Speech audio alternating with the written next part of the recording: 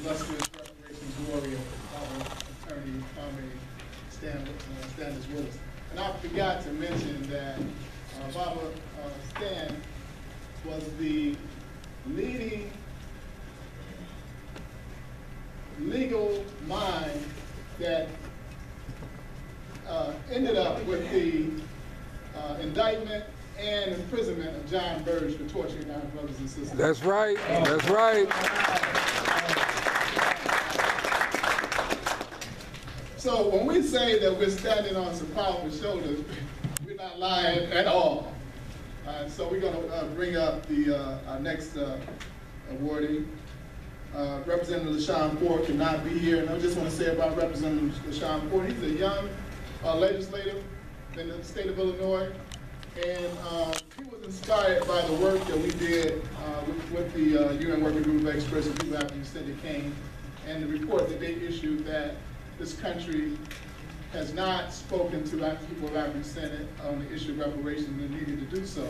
It inspired him to craft a legislation and calling on President Obama to enact a slavery commission like H.R. 40 through executive order.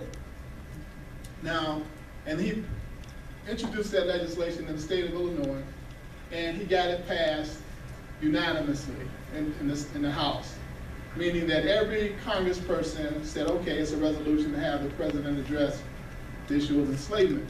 Now, this hasn't been done by any state legislator since the Reconstruction. Show you how historical it was that most people missed it. Obama didn't act on it, but the fact that a state body told the president that we need you to address these issues of disparity because we can't in the state without budgets. It hasn't been national issue. This was profound. And so we wanted to make sure that we honor this brother for that effort. And he just reintroduced the same legislation calling on President Trump to create a slavery commission like H.R. 40. And so it hasn't came up for vote yet in the House, but we're going to go and support that the way we did this one, the one for Obama. We skipped over Willie J.R. Fleming, and he's not here. Is there a representative for J.R. here? The J.R. is the chair of the Chicago Anti-Eviction Campaign. Also, he was awarded by the U.S. Human Rights Network, which Barbara Stan told me that I should join, which I did. He was awarded by the U.S. Human Rights Network as Human Rights Activist of the Year about 2-3 years ago. And we teamed up together with the working group of experts to visit to Chicago, to the U.S. and to Chicago. And one of the things we wanted to have, what COPA wanted to have done, was that when people came to testify, that we frame all of our issues in the context of injury from enslavement, from Jim Crow segregation, from ongoing police violence and state-sponsored violence against our community. And the organizers wasn't hearing me. And the only ally I had was J.R., who was the lead of that, Obama Standish Willis, and his wife, Vicki Casanova. But the other organizers wasn't hearing that.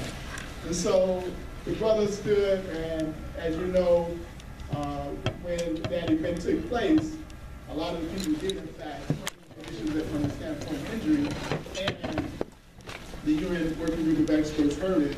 And then COBRA, we did some other stuff because we didn't know whether or not what was going to take place at the hearing, and I'll talk about that a little later.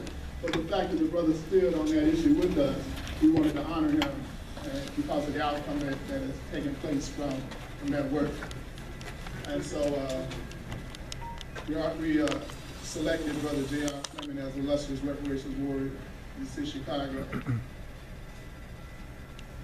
And I want to now bring up a representative from the North American Reparations Task Force. The sister we're honoring is an ambassador of the North American Reparations Task Force. She is invited in COBRA many times to come out and share her platform. She's primarily on the West Side. She is the president of the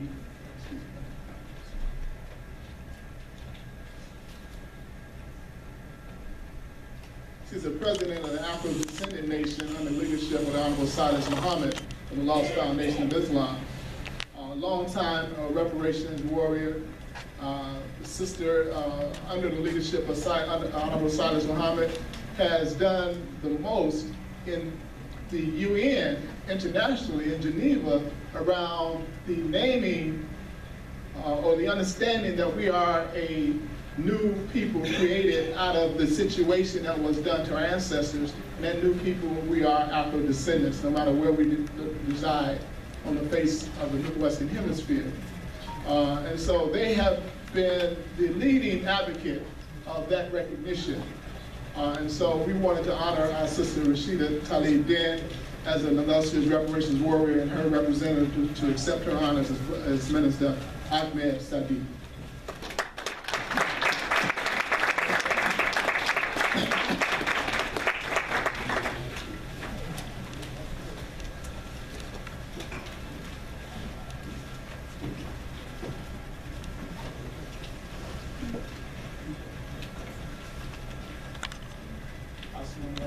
Wa alaikum assalam. There is so many different things going through my listen to. Can't hear you. And after listening to all of those preceding me, it's almost difficult to start because I'm actually here observing information and getting taught as opposed to teaching. And I would just like you all to take confidence in the fact that the reparations movement is alive and well. And that there are young people like myself not coming behind you but standing with you. Okay? Rashida Tlaib Din, she could not be here today. She has matriculated to the position of president of the Afro-descendant government. She's in Atlanta. We are representatives of the Lost Foundation of Islam under the Honorable Silas Muhammad.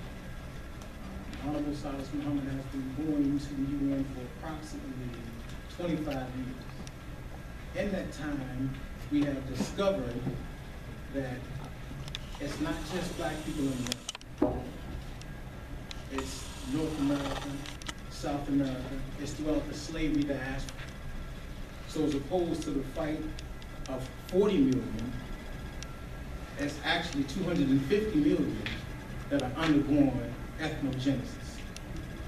The name Afro-descendant is germane to our struggle.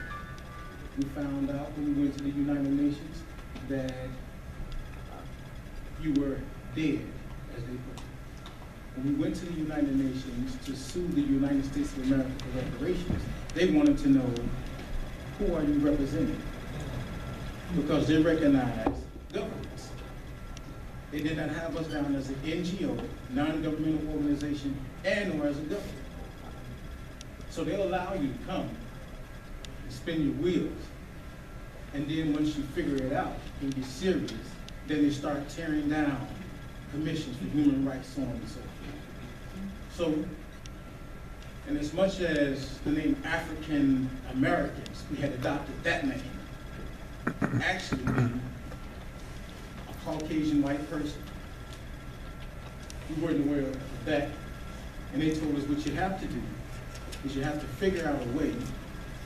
Those of us in this room, some not in this room, you have to figure out a way to be properly identified.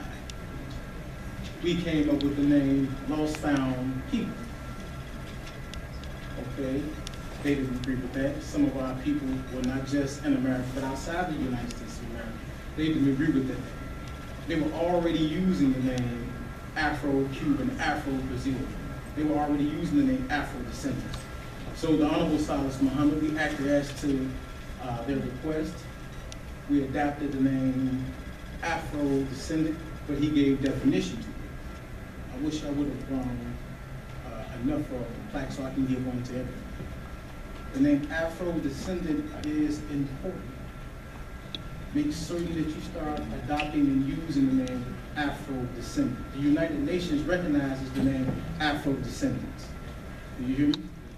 China uses the name Afro-descendants. Under that name, Afro-Descendant, you can call upon the UN for protection. I'll give this definition and then I'll make way for the other award recipients. The first is people who were forcibly disposed of their homeland in Africa. Number two, were transported to the American diaspora for the purpose of enslavement. Number three, were subject to slavery. Number four, were subject to forced and mixed breeding and rape. Number five, have experienced through loss or through force the loss of their mother tongue, culture, and religion. Number six, have experienced racial discrimination due to lost ties and partially lost ties to our original identity. And number seven, born through rebirth, ethnogenesis. So when you use that name, Afro-Descendant, that intimately connects us, not just the 40 million in the United States of America, but the 250 million throughout the slavery. Good, good.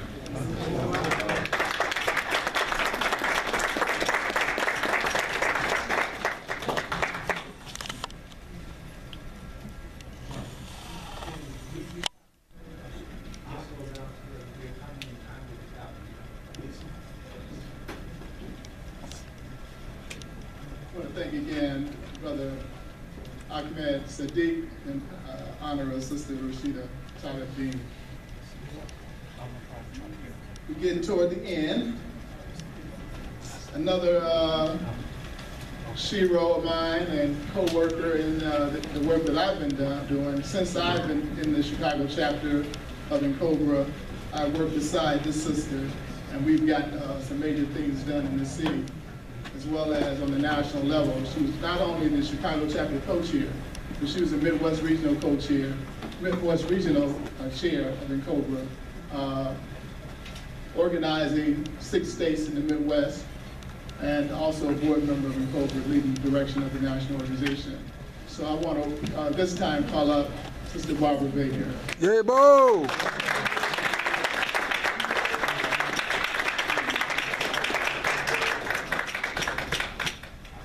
By the way, it was her speech at Patio's place that made me join NCOBRA.